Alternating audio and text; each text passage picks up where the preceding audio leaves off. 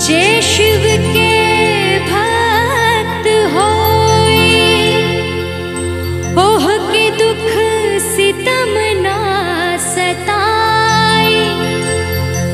भोला ताक दी है ता सूखल गाछ हरियर हो जाए। भगतन के अपन भोला रक्षा करेला हरदम।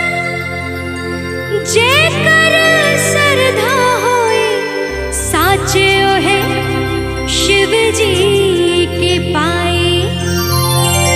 काहे कि ये भैया ओम से व्योम बनल, सत्य बनल शिव शंकर से। ओम से व्योम बनल, सत्य बनल शिव शंकर से। सारा दुखवा दूर हो जाला ये बोलबम के मंत्र से। यही से तो कहते हैं कि जेकर नाथ भोलेनाथ हुआ नाथ कैसे होई। जेकर नाथ भोलेनाथ हुआ नाथ कैसे होई। जेकर नाथ भोलेनाथ हुआ नाथ कैसे होई। जेकर नाथ भोलेनाथ हुआ नाथ कैसे होई। अनाथ कैसे होई, अनाथ कैसे होई। अनाथ कैसे होई, अनाथ कैसे होई। अनाथ कैसे होई, अनाथ कैसे होई। अनाथ कैसे होई, अनाथ कैसे होई। भोला चाहली है, भोला चाहली है, भोला चाहली है दिन का रात कैसे होई। भोला चाहली है दिन का रात कैसे होई। जेकर नाथ भोलेनाथ हुआ नाथ कैसे होई।